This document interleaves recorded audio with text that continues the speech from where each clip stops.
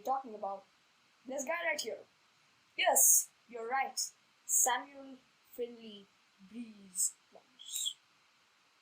Wow, that's a very long name, I see.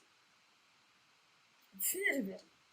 Okay, so Samuel Finley Breeze Morse, we're going to be talking about him and his most famous invention, the telegraph. The telegraph revolutionized the world of communication and mainly the speed of communication.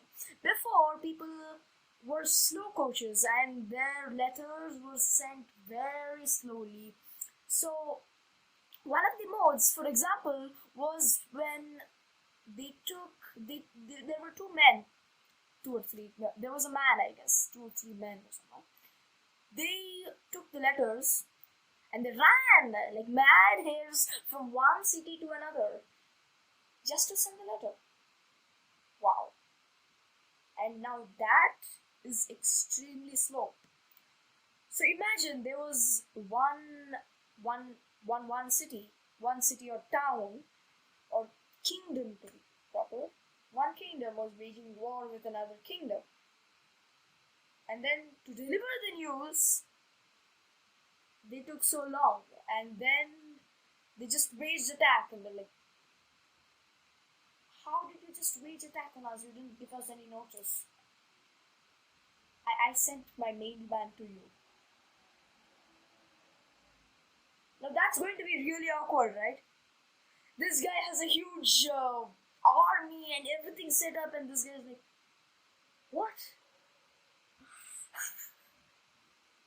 Okay, so coming back to topic, Samuel Finley Breeze Morse. More about him. Samuel Finley Breeze Morse, he was an American inventor and a painter.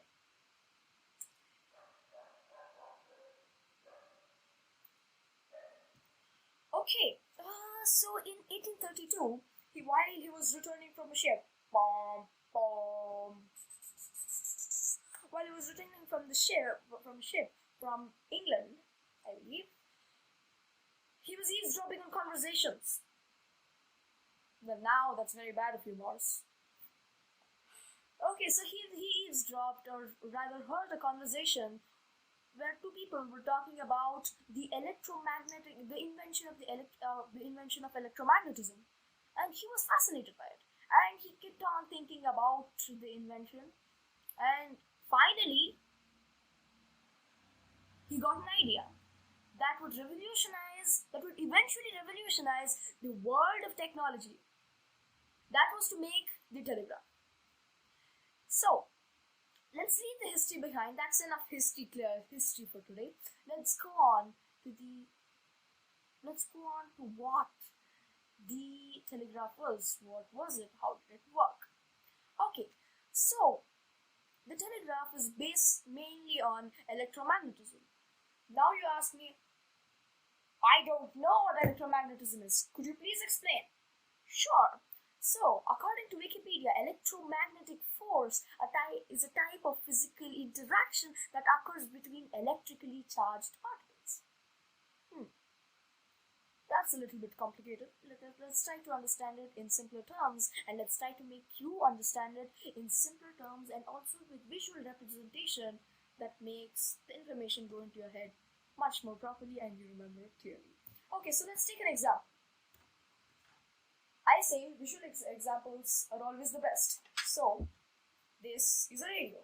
Now you might be asking, binary, why did you just get a random radio? And how are you going to relate it to electromagnetism? Well, this is a radio. And now, this is the antenna, as you can see. So now, what if I take some wire, and let's just pretend that this part is not there.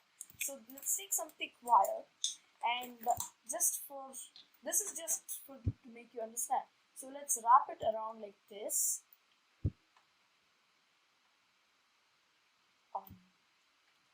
So let's say we've wrapped it around fully, and now what we do is we connect this part. Let's say this is the anode and this is the cathode. So now when we connect it to a power source, let's say it's connected to a power source, you can actually turn on the radio.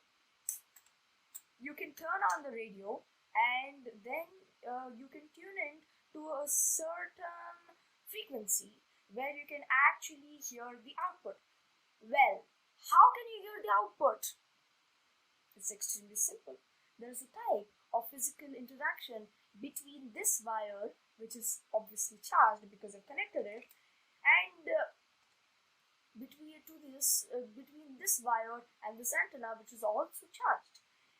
See, and what I don't recommend you doing this experiment, which I'll be explaining in other further videos, with a lot of a battery that has high power. I don't recommend you doing that because this essentially results in a short circuit, and that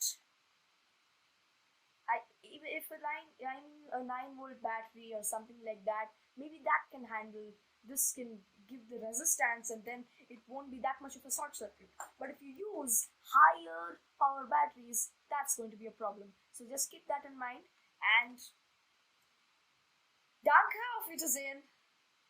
Thank you for watching.